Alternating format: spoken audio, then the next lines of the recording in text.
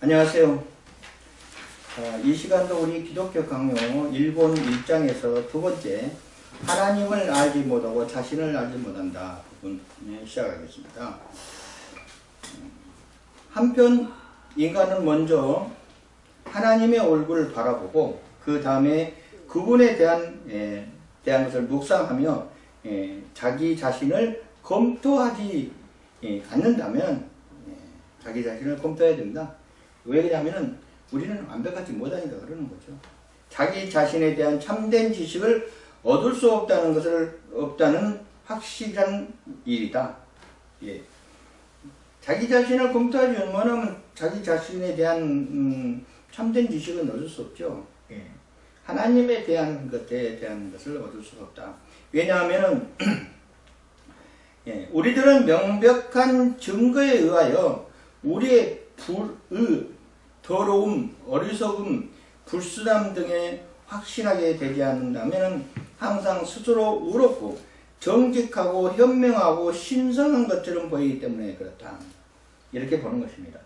그러니까 인간이 가지고 하는 교만함과 그 내용을 보면은 자기가 무슨 의로운 사람처럼 정직하고 현명하고 이렇게 보이기 때문에 하나님을 찾지 않는다 하는 것을 말하고 있는 거예요. 이러한 교만은 우리들 모두에게 생내적인 것이다.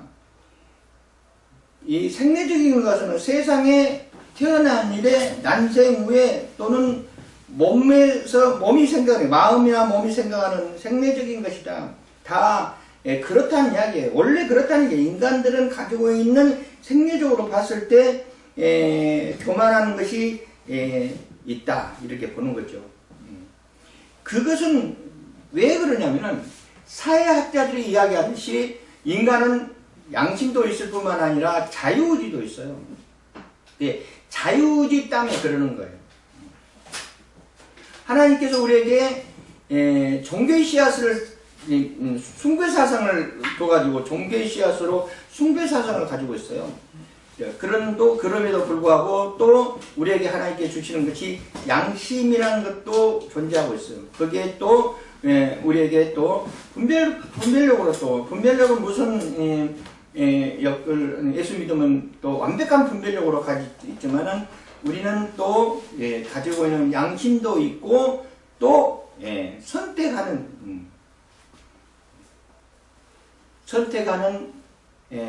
그런 것도 있습니다. 그래서 그게 교만은 우리들의 모두에게 생리적인 것이다 이렇게 보는 거예요.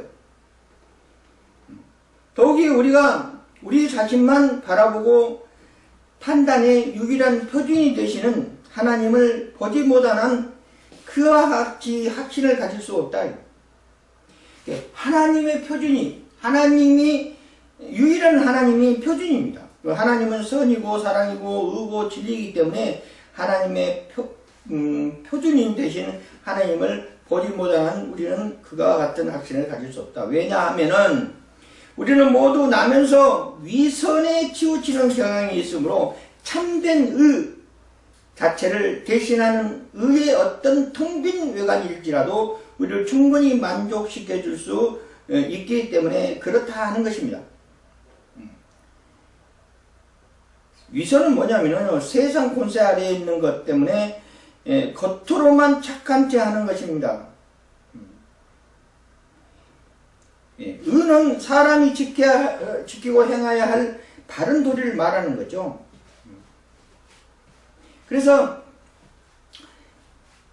그런 것들이 우리의 있기 때문에 그리고 우리의 안에 우리의 주위에 있는 것들 가운데 극히 부도덕적인 죄에 물들지 않는 것 같이 보이는 것은 하나도 없기 때문에 우리가 우리의 정신인간 부패 범위에 제한시키는 한 조금도 덜 더러운 것은 마치 가장 순결한 것처럼 우리를 즐겁게 할 수 있다 하는 것입니다.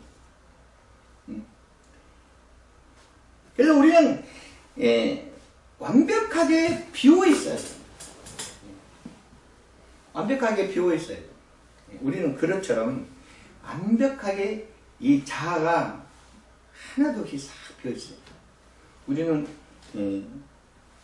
그릇입니다. 그릇이라는 것은 하나님이 쓰시는 그릇이에요. 우리가. 그래서 하나님께서 우리를 쓰시려고 그릇에다가 뭔가를 사역을 감당할 수 있게끔 뭔가를 채우세요. 근데 이제 그 채우는 과정에 있어서 부족하면 시험 들고 많으면 교만할까봐, 여기처럼 교만할까봐 찰랑찰랑하게 채우죠.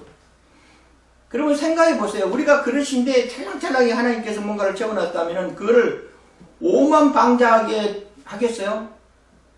다 흘러버리지. 조심스럽게 해야 돼요. 겸손하면서 조심스럽게 쏟아지지 않게끔 조심스럽게 그 행동을 해야 돼요. 그래서 그것을 찰랑찰랑하게 담아놓은 그것을 하나님께 쓰실 때 한 방울도 흘리지 않고 찰랑찰랑한 상태에서 조심스럽게 사역을 감당해야 돼요. 그래야지 그냥 천방직축 막 그냥 교만해갖고 막 좌우지 막 팔딱팔딱 뛰면서 하다가 다 쏟고 반만 있다가 하면은 되겠어요? 하나님 일을 감당할 때 100% 돼야 되는데 50%밖에 못하면 말이 안 되는 거잖아요. 그릇으로 그 역할을 감당하지 못해요. 내가 만약에 그릇에서 하나님께서 나를 찰랑찰랑 했다면 흐르지 않게끔 조심스럽게 일을 행해야 돼요. 그렇지 뭐 그냥 자기가 무슨 반신처럼 반성인 군자처럼 우쭐대고 그냥 또 뭐냐면은 그 깨끗이 소지돼 깨끗이 청소돼 있어야 돼. 그래야지 거기에 자아가 검은 것이 조금 들어있어가지고 하나님께서 하얀 걸 부어놓으면 나중에 사역할 때 뭐 회색 나오면 쓰겠어요? 은혜가 안 되지. 말이 안 되는 거잖아요. 하나님께서 하얀 걸로 쓰려고 나를 역사하는데 내가 가서 부을 때 회색 나와버려요. 이거면 되겠어요? 그러면 안 된다니까요. 그래서 우리는 깨끗이 비워서 하나님의 쓰시기에 합당한 모습으로 준비되어 있어야 돼요. 그게 중요한 거예요. 그래야만이 이런 문제에서 텅 빈 외관일자로 우리는 충분히 만족할 수 있기 때문에 텅 빈 외관이라 할지라도 그 속에 조금이라도 있으면 안 된다는 말입니다. 깨끗이. 그래서 하얀 걸 쏘서 넘치게 찰랑찰랑 넘치지 않게 찰랑찰랑해서 하얀 걸 부어놓아서 하나님이 역사하시면 다른 데서 사역할 때 하얀 걸 부으면 하얀 색깔이 나와야 돼요. 은혜스럽게. 그것도 100% 쏟지도 않고 오만방자하게 떠들고 그러면서 다 쏟아가지고 그러면 안 되잖아요.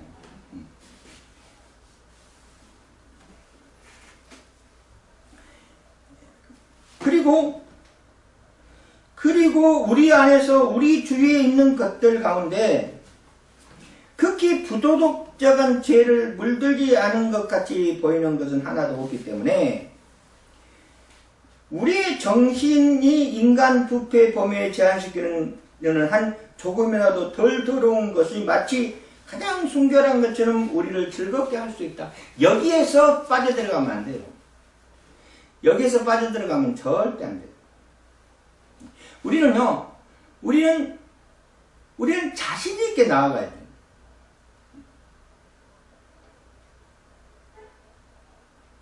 자, 뒤에 그 연결해 나가겠습니다. 그것은 마치 검은 물체 외에는 아무것도 보이지 않는 눈에서 희무그레한 색이거나 검은무레한 색마저도 아주 흰 것처럼 보이는 것 같다.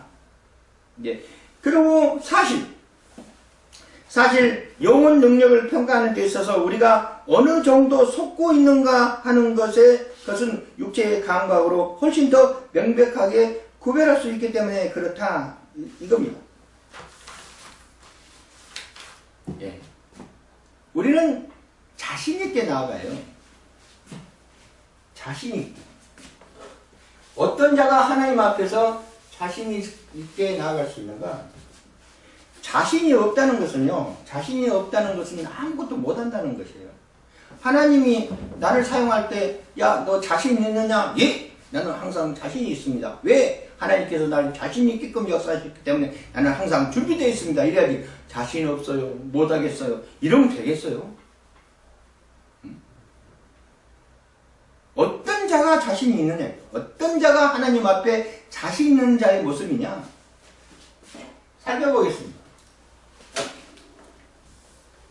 우선 자신이 있으려면요, 우선 하나님께 맡겨야 돼요. 하나님께 맡기는 삶이 자신 있는 삶입니다.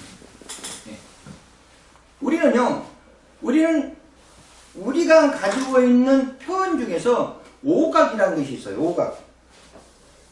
네. 첫 번째 시각,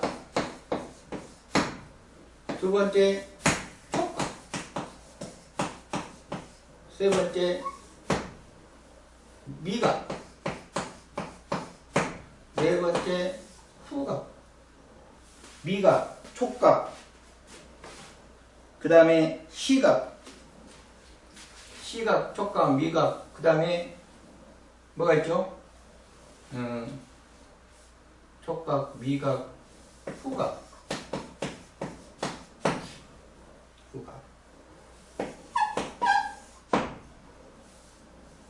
청각.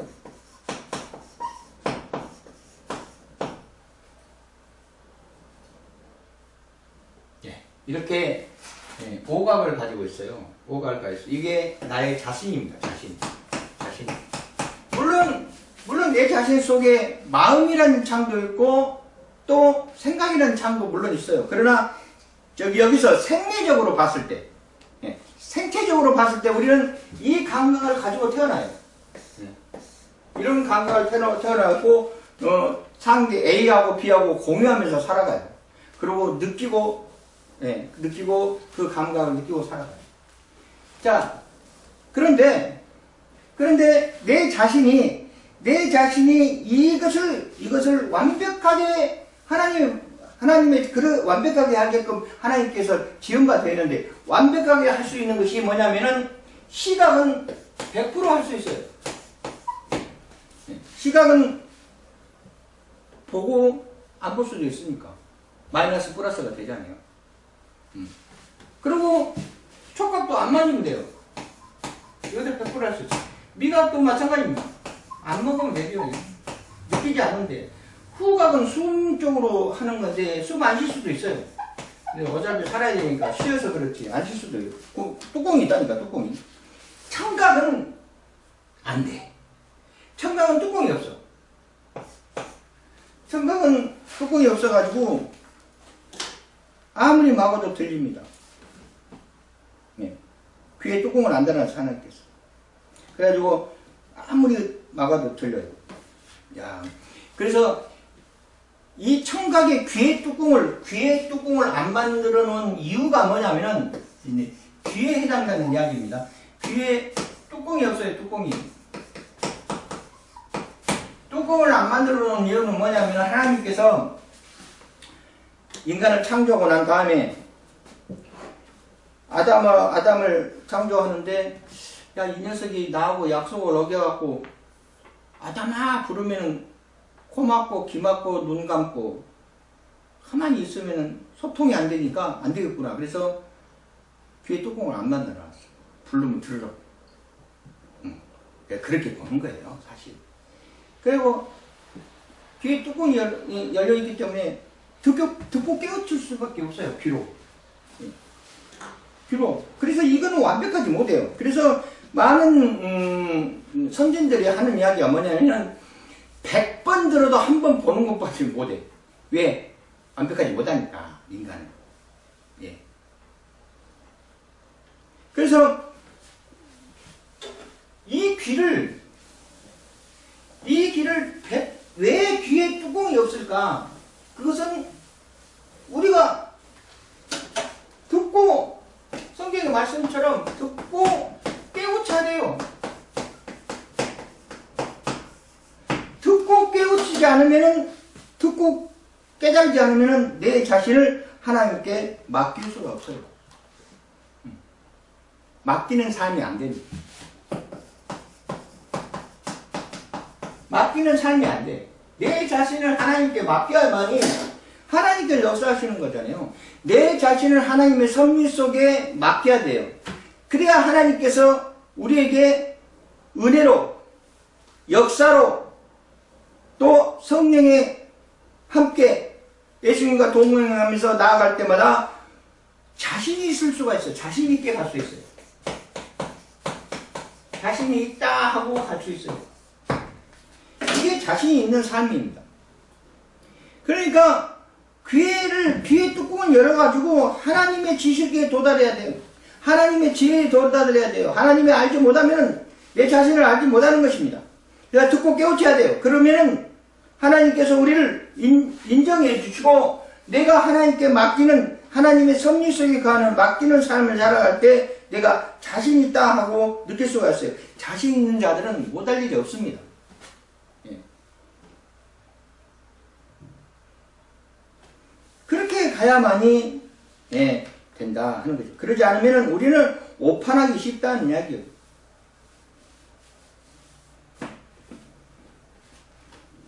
그래서 우리는 사실 영적인 능력을 평가하는 데 있어서 우리가 어느 정도 속고 있는가 하는 것을 우리는 육체 감각이 훨씬 더 명확하게 구별을 할 수 있기 때문에 그렇다는 이야기입니다. 우리의 귀에 뚜껑이 없기 때문에 우리는 하나님의 말씀 속에 거해야 돼. 그래야 깨우쳐야 돼. 안 그러면 큰일 납니다. 만약 우리가 땅 위를 내려보거나 혹은 우리 사이에 들어오는 사람들의 둘러본다면 우리 자신이 아주 강하고 예리한 시력을 갖고 있다고 생각할 것이다. 그러나 우리가 태양을 올려보고 또 똑바로 의시한다면 땅을 볼 때 그렇게 좋았던 시력은 태양의 강체 때문에 즉각 무너져 혼미해지고 따라서 지상의 산물들을 바라볼 때 예리한 시력도 태양을 볼 때는 아주 흐려진다는 것을 인정할 수가 없다. 생리적으로 자연의 거대함으로 생리적으로 그럴 수밖에 없어요. 하나님을 알아야 돼요. 하나님의 섭리 속에 거해야 돼요. 그래야만이 내가 자신있게 나아갈 수 있어요. 어떤 자가 하나님의 섭리 속에 거하는 겁니까? 물론 자신이 있는 자가 하나님의 섭리 속에 거하죠. 그것은 하나님의 섭리 속에 거해야만이 자신이 있는 것을 응할 수 있으니까. 그래서 우리는요, 어떤 자가 하나님의 섭리 속에 거하는가? 어떤 자가? 예. 어떤 자가 하나님의 섭리 속에 거하는가? 물론 세상의 모든 것은 하나님의 섭리 속에 있는 거예요. 예. 그래서 우리는 일단 하나님의 섭리 속에 거하려면은 우리는 먼저 전 시간에도 이야기했지만은 믿음을 가져야 돼요. 믿음도 우리 것이 아니기 때문에 선물입니다. 선물. 믿음을 먼저 가져야만이 하나님의 은혜 속에 거하는 거예요. 응? 그리고 맡기는 삶을 살아갈 수 있고 자신 있게 나아가는 것입니다. 믿음이 없으면은 여기에서 말한 것처럼 흐리는 것도 밝게 보인다니까. 우리 생리적으로 속고 살아간다니까요. 응? 귀에 뚜껑을 닫히면 안 돼요. 듣고 깨우쳐야지. 예, 믿음을 선물로 받으려면 영접해야 돼요. 또 예수 그리스도를 영접해야 돼요. 예수 그리스도를 영접해서 예수 그리스도를 영접하면은 하나님께서 믿음의 선물로 우리한테 믿음으로 갈 수 있게 나아가는 겁니다. 믿음이 되면은 구원을 받는 거예요. 구원을 이루는 거예요. 구원을 받는 것이 아니라 이루는 거예요. 그리고 구원받고 나면은 확신이 와요. 확신이 오는 거예요. 아, 내가 구원받았다는 확신이 와. 그러면 은사가 따라요. 은사가 따르면 사역을 감당할 수 있습니다. 하나님의 사역을. 그래서 이 사역 속에서 어떻게 나가냐면 자신있게 나가는 거예요. 자신이 있다 하고 사역 속에서 감당하면서 나아가는 것입니다. 그게 하나님의 속에서 거하는 것입니다. 그게 하나님의 섭리 속에 거하는 거예요. 하나님의 역사 속에 거하는 거예요. 예. 오로지 예수를 영접하지 않으면 아무 의미가 없습니다. 예수를 영접하려면 나는 죄인의 소유라 고백해야 돼요. 그래서 우리는 영적인 은사, 여러 가지 큰 은사, 들을 평가하는 데 있어서 이어도 마찬가지다 말입니다. 우리가 우리의 의와 지혜와 덕을 아주 만족하면서 이 세상 너머를 바라보자 않는 한 우리는 스스로 극단적으로 축게 올려서 자신이 반신인 것처럼 존재로 여길 것이다. 이야, 이러면 안 됩니다. 하나님의 능력 속에 거해야 됩니다. 자, 성경 말씀 하나 찾아보겠습니다. 고린도전서 1장 24절.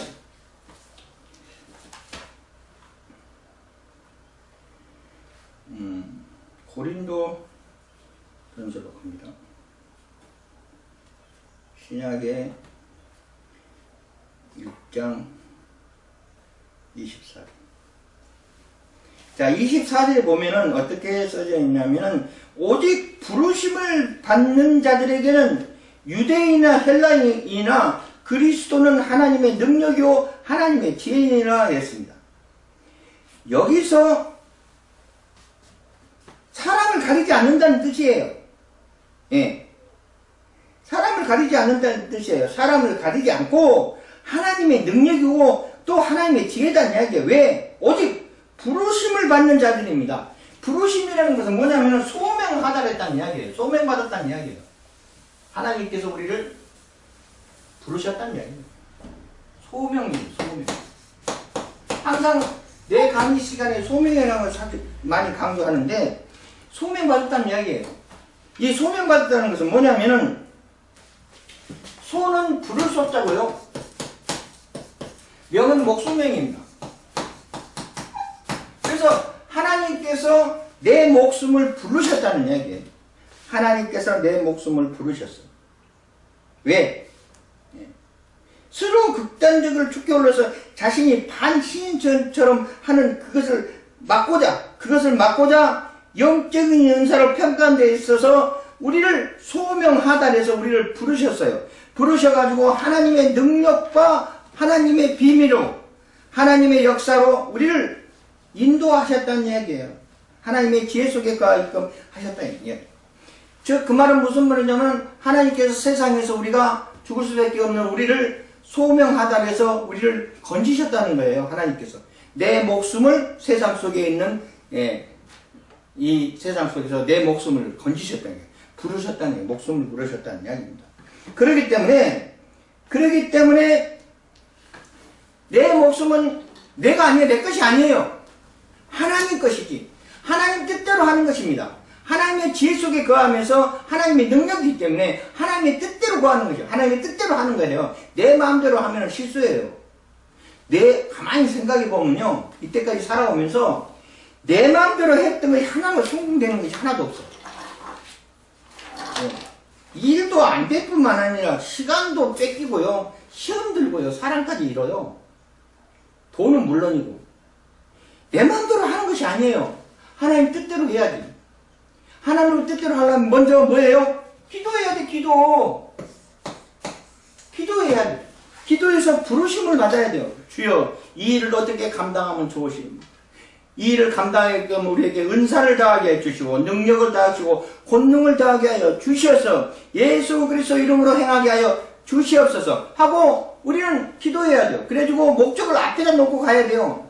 해보면 알지 안 해보고 어떻게 알아. 이러면 안 돼. 있습니다 하고 가는 것이지 뭐. 소명 받는 자이기 때문에 구별된 자잖아요. 구속받는 자예요. 그렇기 때문에 우리는 하나님의 능력 속에 거해야 돼요. 이게 상당히 중요한 겁니다. 그래서 우리 권사님이나 장모님이나 또 집사님한테 아이고 소명 언제 받았어요? 하나님께 소명 받았어요? 물어보면 글쎄요 내가 언제 소명 받은지 모르겠어요. 그래 다들. 어떤 권사님은 아이고 내가 방언 받을 때 소명 받은 것 같아요 이러고. 소명은요 예수 믿으면 소명 받습니다. 예수를 구주 삼고 예수 믿으면요 하나님께서 부르셔요. 나의 백성이라고. 예수 믿으니까. 안 믿으면 몰라도. 구원이 이루어졌잖아요. 구원 받았거든. 구원에 이루어질 수 있는 조건이 뭐냐면 첫째 믿어야 돼요. 믿지 않으면 구원에 이룰 수가 없어요. 첫째 믿어야 돼요. 소명받은 자로 예수 믿으면 구원받아요. 믿음이 있는 자는 소명받는 자예요. 근데 아유 언제 소명받았는지 몰라. 하나님께 소명하다 해주셨나? 이렇게 생각하는 사람들도 있어. 그게 아니에요. 우리 목숨은 이미 하나님 것이에요. 하나님 백성이거든. 두 번째, 예, 성령 해방죄를 하지 않으면 돼. 성령 해방죄. 성령 해방죄는요, 성령 해방죄는 성령을 해방한다는 이야기예요. 삼위일체론을 봐서 성부, 성자, 성령인데 성령을 해방하면 성자를 해방하는 것이고 성부를 해방하는 것이에요. 그런 사람이 무슨 구원을 받겠습니까? 그런 사람들이 무슨 소명하다는다예요? 아닙니다. 세 번째, 선택받지 못한 자. 선택받지 못한 자가 또 소명하다를 못한 자입니다. 선택받지 못한 자들도 있어. 선택받지 못한 자가 어떻게 해서 구별할 수 있느냐 하는 것은 제가 또 말씀드리겠습니다. 그러나 우리가 일단 생각을 하나님에 향하고 그가 어떤 존재인가를 생각하며 우리의 규범이 되어야 할 그분의 의와 지혜와 능력이 얼마나 완전한가를 생각하기를 시작한다면 전에 의라는 사람이 꼭 행해야 할 바른 도리라면 가면을 쓰고 우리 안에서 즐거워하는 것이 곧 가장 사악하고 초한 것으로 변할 것이다. 하나님의 기범이 되어야 된다. 하나님의 은혜 속에 거하는 것, 하나님의 섭리 속에 거하는 것, 그런 것을 말하는 것입니다. 예. 또 지혜라는 이름으로, 지혜라는 것은 사물의 이치를 깨닫고 사물을 정확하게 처리하는 정신적인 능력을 말하는 건데, 이런 이름으로 우리를 그렇게 감동시켰던 것이 가장 어리석은 것으로서 엮어질 것이다. 능력의 얼굴로 하고 있는 것은 가장 비참한 무능력자임을 입증될 것이다. 이와 같이 우리에게 가장 완전한 것 자체처럼 보이는 것들도 하나님의 순결에 비해서는 구역질을 하는 것이다. 라고 칼빈은 이야기하고 있습니다. 자, 성령 해방죄는 우리가 이해할 수 있어요. 믿음도 마찬가지 이해할 수 있어요. 그런데 어떤 자가 선택받은 자고 어떤 자가 선택받지 못한 자냐, 이거를 구별할 수 있는 방법이 있느냐? 물론 구별할 수 있는 방법이 있습니다. 우리가 상식적으로 비춰서 봤을 때, 자, 세 가지로 나누면 우리가 가지고 있는 마음, 우리가 가지고 있는 생각, 우리가 가지고 있는 몸, 이거는 행동이죠. 행동으로 나타나는 거. 예, 이거 좀 길게 좀 적어가지고 좀 해볼까? 이렇게 있는데,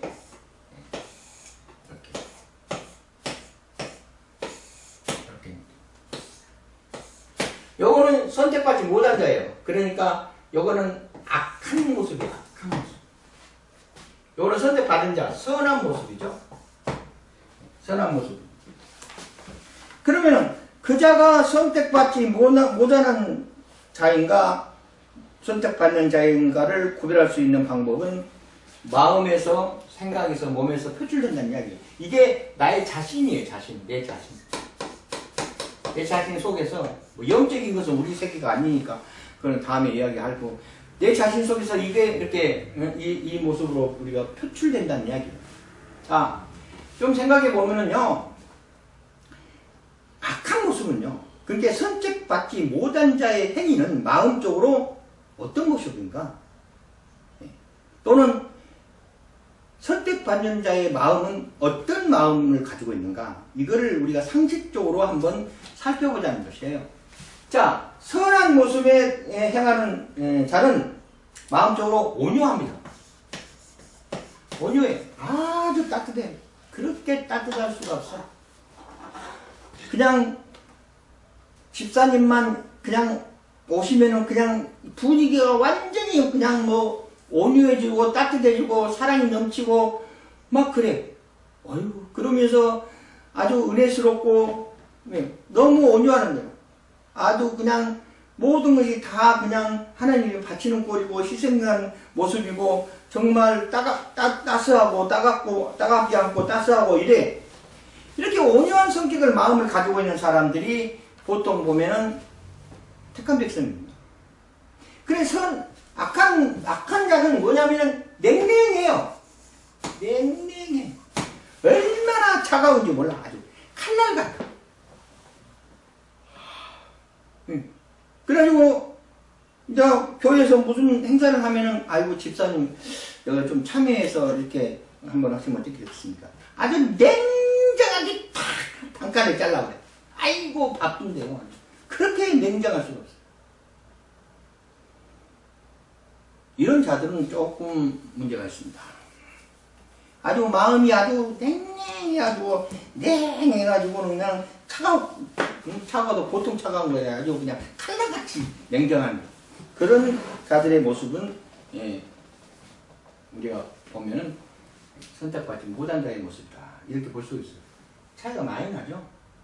생각은 어쩌냐. 생각은 선택받던 자, 정말로 선이 행하는 자는 자연스럽습니다. 순리대로 가는 거야. 자연스럽게. 순리대로. 자연스럽게.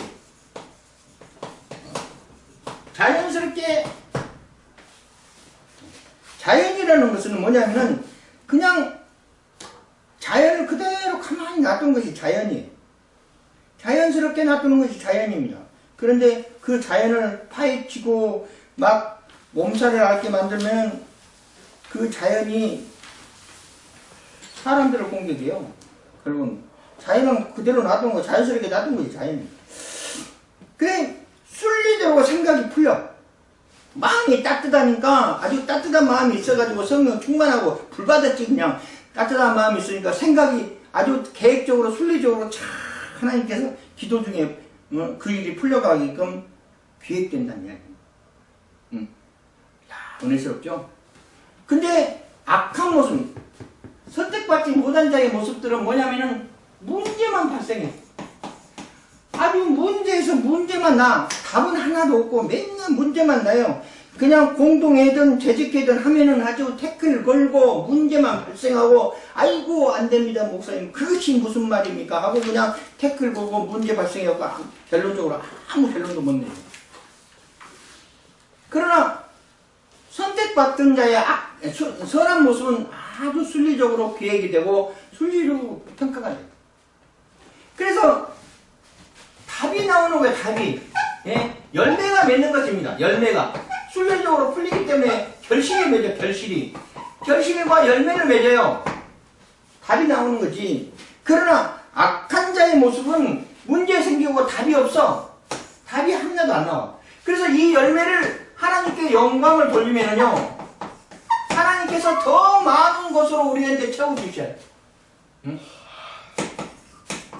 그러면 또 마음이 온유해지고 또 순리대로 풀리고 또 열매를 맺으면 또 영광 돌리고 이렇게 해서 신앙 사이클로 돌아서 신앙생활을 하는 것입니다. 그러나 악한 자의 모습은요 냉랭해갖고 문제만 발생하고 답이 안 나오니까 하나님께 영광을 돌릴 수가 없어요. 이게 마귀 사탄이 가지고 있는 가장 큰 술수라니까.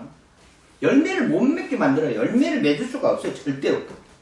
이렇게 해서 구별합니다. 가만히 보면 주위에 보면은 이렇게 구별할 수 있게끔 그런 상황들이 많이 나타납니다.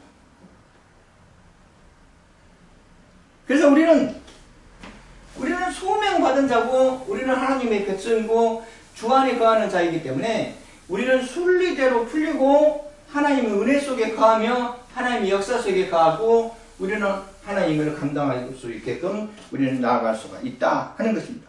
그래서 하나님을 알지 못하고는 전혀 우리 자신을 알지 못하니까 우리는 하나님을 알 수 있게끔 하나님의 섭리 속에 거해야 되고 우리는 소명받은 자이기 때문에 하나님의 백성인 것입니다. 하나님의 일을 감당하는 것입니다. 우리는 믿음의 선물로 확신을 갖고 나아가면은 은사가 따르고 그 은사를 통해서 사역을 감당해서 자신있게 나아가는 그런 모습으로 우리는 나아가야 돼. 그러려면은 하나님의 섭리 속에 가야 된다는 이야기예요. 하나님이 알지 못하면 안 된다 이 말입니다. 하나님이 누구신가를 알아야 돼. 하나님이 누구신가를 알아야 돼.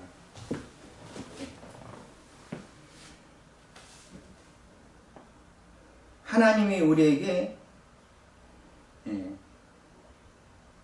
모든 것을 비추어서 바라볼 때 우리에게 영적인 은사를 평가할 때도 마찬가지로 하나님께서는 우리에게 그 은사가 이루어지는 그 은사가 임하는 그것이 바로 뭐냐면 믿음의 확신을 가졌다는 뜻이에요. 인자는 안다 이거지. 내가 안다. 인자 확신을 가졌어. 믿음의 확신을 가졌다. 믿음의 확신을 가졌다는 것은 구원의 확신을 가졌다는 이야기예요. 인자 나는 멸하지 않는다. 인자는 영적인 싸움에서 나는 승리할 수 있다. 왜? 영적으로 회복돼서 하나님의 백성으로서 하나님의 뜻이 무엇인지를 안다는 이야기예요. 그렇기 때문에 하나님의 영광 속에 거할 수밖에 없는 거예요. 그러면 내 안에서 그냥 강력한 영적 분별력으로 은사를 행할 수 있어요. 그 은사를 통하여서 각종 은사를 통하여서 영적인 은사를 통하여서 하나님의 일을 감당하는 거예요. 사역을 감당한다니까. 그래서 그 사역 속에서 자신 있고 담대하게 나아가는 거예요. 이게 중요한. 그러려면 오늘 여기 2번에 있는 내용처럼 하나님을 알지 못하고는 절대 자기 자신을 알 수 없습니다. 그래서 여기 있는 내용을 우리가 살펴볼 때 그 능력을 얼굴로 하고 있는 이 가장 비참한 무동력자임을 우리가 입증될 것이며, 이와 같이 우리에게 가장 완전한 그 자체를 보이는 것들도 하나님의 순결에 비하면 아무것도 아니란 이야기예요. 오로지 하나님께 맡기고 나아가야만이 되는 거예요. 우리가 하는 것은 하나도 없어요. 내가 하는 것을 실수한다니까. 내가 하는 것은 실수해요. 하나님 뜻대로 하는 거예요. 왜? 우리는 소명받은 자예요. 목숨을 하나님께 주셨어요. 그러니까 우리는 우리 목숨이 아니라니까. 목숨 태놓고 가야 돼. 그럼 하나님 뜻대로 행해야 돼요. 지 맘대로 한다? 말도 안 되는 겁니다. 그것도 믿음 생활 속에서도 그렇지만은 사역 속에서도 그래요.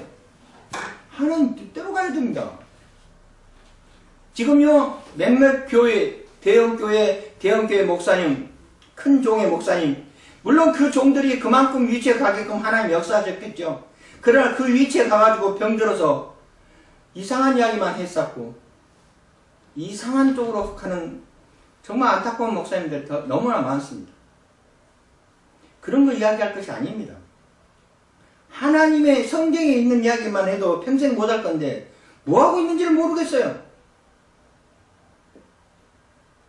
세상이 결탁돼가지고 뭐하는 겁니까 도대체. 그렇게 어떻게 주의 종이 하나님의 백성으로서 나아갈 바를 우리가 간다고 하겠어요. 눈먼자의 모습이 앞에 나아가면 그에 따른 성도들도 다 지옥 가는 겁니다. 세 번째 가겠습니다. 하나님의 유음 앞에서의 인간. 성도들이 하나님의 임재를 느낄 때, 임재라는 것은 능력과 역사와 섭리, 또 은혜와 계시를 말하는 거예요. 예. 엄한 위치에 있는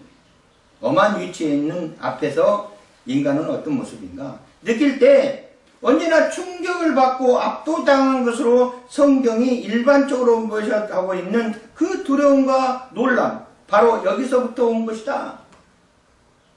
예. 그래서 피할 수 없는 두려움, 악한 자들에게는 끔찍한 공포적인 면, 이런 것들을 저부터 여기서 8이라고 써져 있는 것은 제1편 2장 2항, 제1편 3장 2항에 있는 내용을 참조하는 뜻이에요. 그래서 우리는 인간이 하나님의 임재를 모를 때는 굳건히 그리고 꿋꿋이 서 있지만은 하나님의 영광이 나타나면 죽음의 공포에 휩싸이는 것처럼 전율하고 평화가여 비참해질 것을 볼 수 있을 것이다. 하나님의 존재함을 깨달으면 우리 모습은 나약한 겁니다. 인간은 피조물이에요. 그걸 알아야 돼요. 인간은 절대자가 아닙니다. 인간은 파라다이스가 아니에요. 천국이 아니라니까. 인간은 피조물입니다. 하나님께서 임재해야만이 내가 존재하는 거예요. 하나님께서 임재하지 않으면 나는 존재 가치가 없는 거예요. 왜? 이 모든 것을 하나님께 섭리하시는데 하나님의 섭리 속에 내가 있어야만이 그 가치를 아는 거예요. 하나님의 섭리 속에 내가 있지 못하면 나는 자신이 없는 거예요. 자신 자체가 존재하지 않은 거예요. 자신이 있다고 나아간다는 것은 하나님의 섭리 속에, 하나님의 임재 속에 내가 거하고 있다는 것을 이야기하는 거예요. 예. 그렇게 봐야 돼요. 하나님의 영광을 나타내면은 우리는 공포 속에 있지 않는 거예요. 왜? 우리는 예수 믿고 영적으로 깨달음을 얻었기 때문에 우리는 자신있게 나아갈 수 있는 은혜가 있는 거예요. 예. 죄 지은 자가 아니거든요. 하나님의 백성이죠. 더 즐겁게 나아가요. 사실 그들은 하나님의 영광을 압도되고, 예, 압도되고 거의 혼비백산하게 될 것이다. 이것은 믿지 않는 자들의 말하는 거예요. 쭉쟁이들 말하는 거죠. 결국 인간은 하나님의 유언과 자신들을 비교해 보기 전에는 결코 자신이 비천함을 충분히 지각하지 못하고 깊이 느끼지 못하는 사실을 알 수 있을 것이다. 하나님의 위험 속에, 하나님의 자신 속에 나를 맡기고 볼 때 내 난약함을 아는 거예요. 아, 내가 하는 것이 아니구나. 아, 이것은 내가 하는 것이 아니야. 이거는 하나님의 역사하지 않으면 도저히 이룰 수 없는 것을 하나님께 하셨구나. 이걸 느낀다니까. 이게 은혜지 뭐. 안 그래요? 그렇게 하면서 믿음 생활 하는 거예요. 누구나 다. 뭐. 안 그래요? 그것보다 더 하는 사람들도 많아. 그것보다 더 큰 역사를 하는 사람 너무나 많아요. 뭐 구약에서 뭐 다니엘 같은 경우도 그렇죠. 뭐 그냥 사자굴에 들어갔어도 머리카락 하나도 안 다쳤어요. 뭐 풀무 속에 들어가도 뭐 머리카락 하나 꼬실리지 않았어요. 타지 않았다는 이야기. 그거는 뭐 무슨 뜻이냐 이거예요. 무슨 뜻이냐 이거예요. 4차원이나 5차원 하나님의 차원으로 보호해 주시는 거예요. 왜? 하나님께서 그를 인정했기 때문에 그렇습니다. 하나님께서 그를 존재 가치를 인정했기 때문에 그래요. 그래서 우리는 하나님의 위험 속에서 내 자신을 항상 비교해 봐야 돼요. 우리는 거울이에요. 칼빈 이야기할 때, 우리는 칼빈 이야기할 때 보면 우리를 거울이라고 해요. 거울이라고 이야기하는 거 되게 많이 이야기해요. 거울이에요. 거울의 속성은 뭔지 아세요? 거울의 속성은 비치면 바로 반사돼요. 비치면요 100% 비치면 100% 비치지 뭐. 100% 비치면 반사가 100% 돼야, 똑같이 100% 돼야 돼요. 그게 거울의 속성이에요. 하나님께서 우리에게 비춰주시면 은혜로 비춰주시든 위험으로 비춰주시든 우리에게 앞으로 사역을 감당하는 것으로 비춰주시는 기도의 응답으로 비춰주시면 나는 그대로 그냥 100% 0.1조 차이도 없이 그냥 바로 반응을 해야 된다는 이야기예요. 반응을 해야 된다는 이야기예요. 왜? 나는 거울이니까. 내 거울이 흐리흐리해가고 비치는 것은 100%인데 50%만 이거는 거울의 역할을 감당하지 않은 거예요. 깨끗이 닦아져서 바로 비춰져야 돼. 바로 반사돼.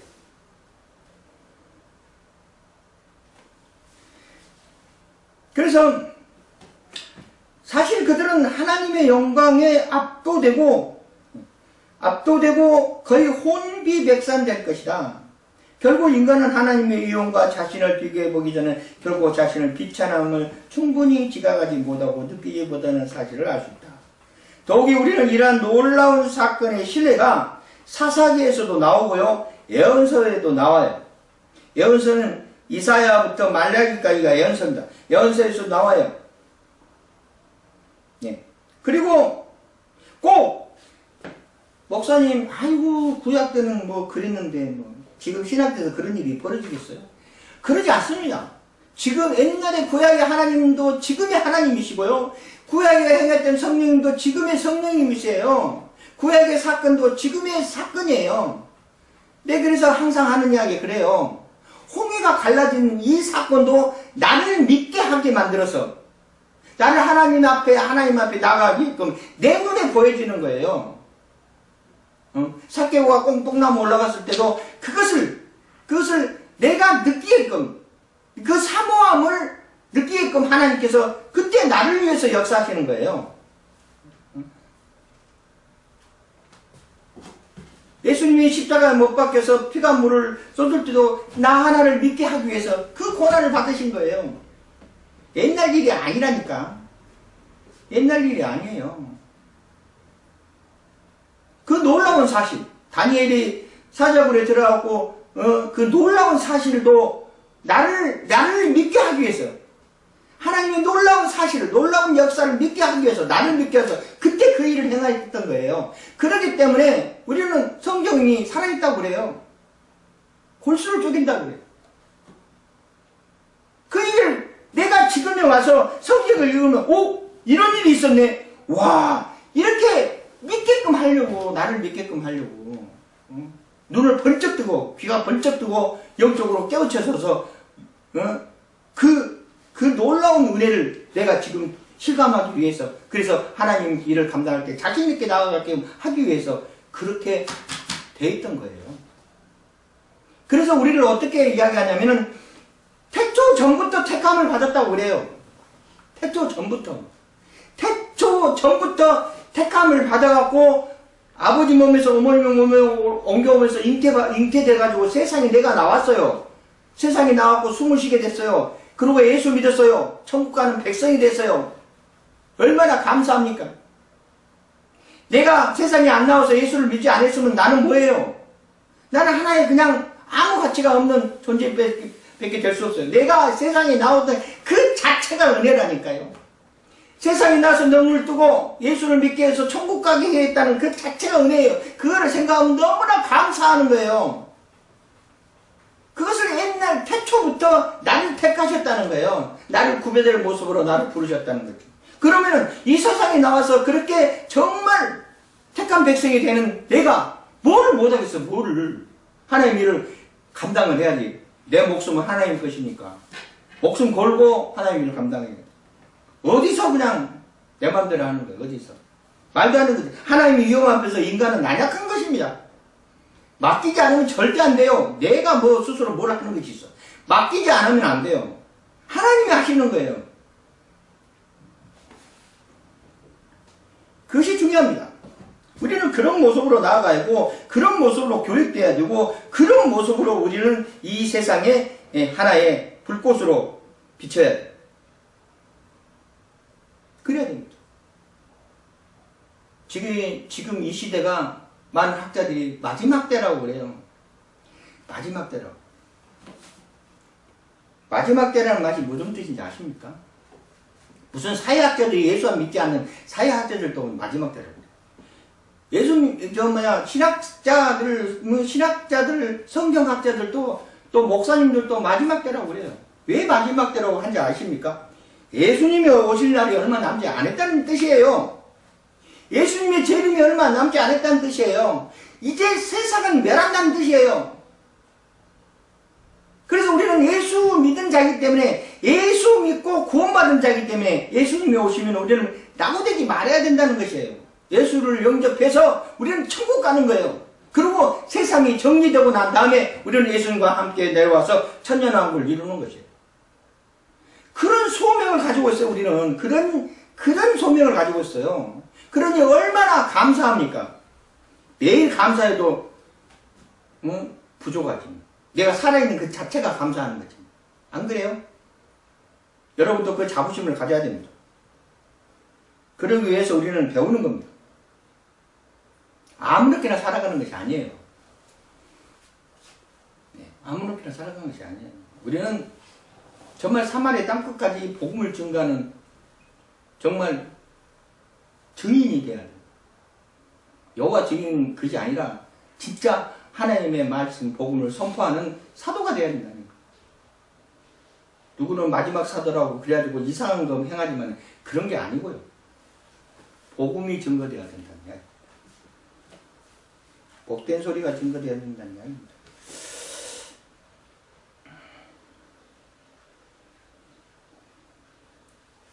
그러므로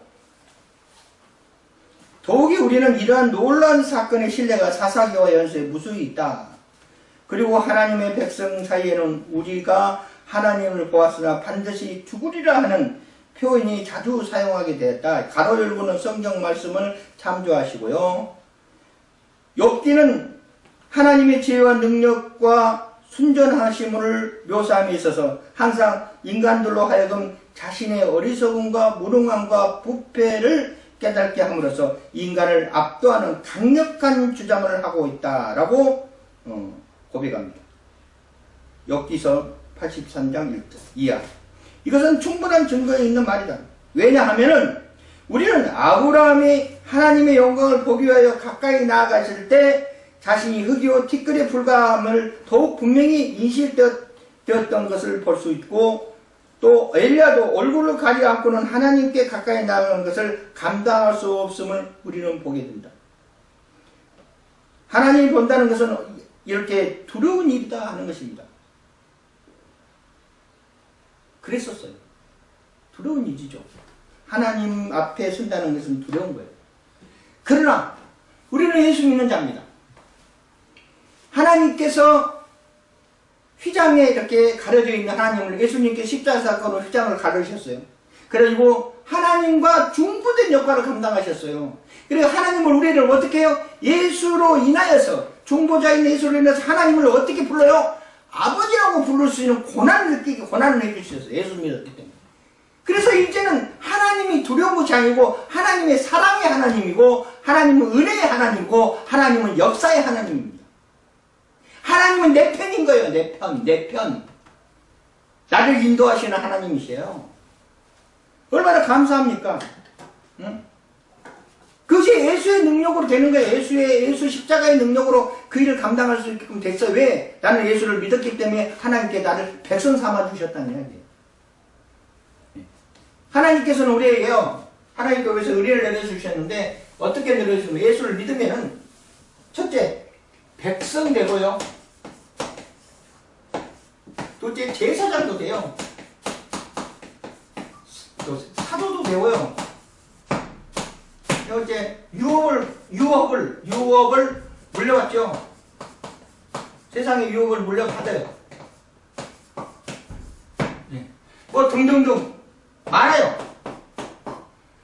단지 왕만 안 되는, 영적인 왕만 안 되는 거예요. 왕 같은 제사장이. 하나님께서 이렇게 우리를 자녀 삼아 주셨어요. 여기서 또 자녀도 돼요. 자녀. 하나님께서 우리를 자녀 삼아 주셨어요. 은혜의 하나님, 사랑의 하나님이에요. 야, 얼마나 감사합니까? 그것도 조건은 예수 믿었기 때문에 그래요.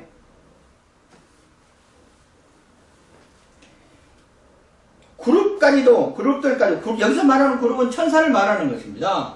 그룹들까지도 두려움으로 그들의 얼굴을 가리는데, 하물며 후패, 썩어 문드러진 벌레에 지나지 않는 인간이 무엇을 할 수 있다는 말인가?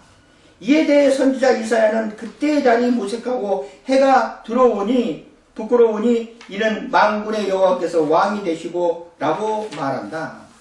즉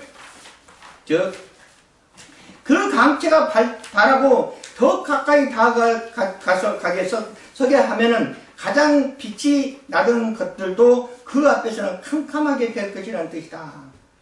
가로 열고 성경 말씀 참조하십시오. 그러나 하나님에 대한 지식과 우리의 자신에 대한 지식이 서로 밀접하게 연결되어 있다고 할지라도 가르치는며 올바른 순서는 전자를 먼저 논하고 다음에 후자를 논하는 것이라고 하겠다. 전자는 인간이 진보적인 상황에 필연적으로 나아가는 것입니다. 그래서 하나님은 과연 우리를 인도하시고 위험 있는 하나님은 도대체 어느 정도로 위험 있는 하나님이신가? 물론 세상을 만드신 하나님이니까 뭐 이루 말할 수도 없죠. 그러나 우리는 세상 차원에서 1차원, 2차원과 3차원 중간에서 살아가는데, 하나님은 무한대 차원입니다. 무한대 차원에서 하나님이 역사하세요. 무한대 차원 속에서 우리가 나아간다면 하나님께서 못할 일이 없는 것이죠. 무한대 차원에 대한 이야기도 다음 시간에 연결해서 나아가겠습니다. 그래서 오늘은 이렇게 위험 있는 하나님 앞에 인간이 난약하고 보잘것 없지만은 이제는 예수 믿었기 때문에 하나님의 자녀가 되었다는 것이고 하나님의 백성이 되었다는 거예요. 우리는 왕 같은 제사장까지 할 수 있다는 이야기입니다. 우리는 자신 있게 나아갈 수 있어요. 하나님이 내 안에 역사하시고 나의 길을 닦아주시고 예수님이 내 안에서 함께 하시고 성령님께서 가르쳐 주시면 우리는 못할 일이 없다 하는 것이죠. 이렇게 위험 있는 하나님이 나를 컨트롤 하시고 나를 인도하시는 게 너무 감사함으로 하나님께 영광 되는 모습으로 나아가야 합니다. 자, 다음 시간은 2장 하겠습니다. 마치겠습니다. 수고하셨습니다.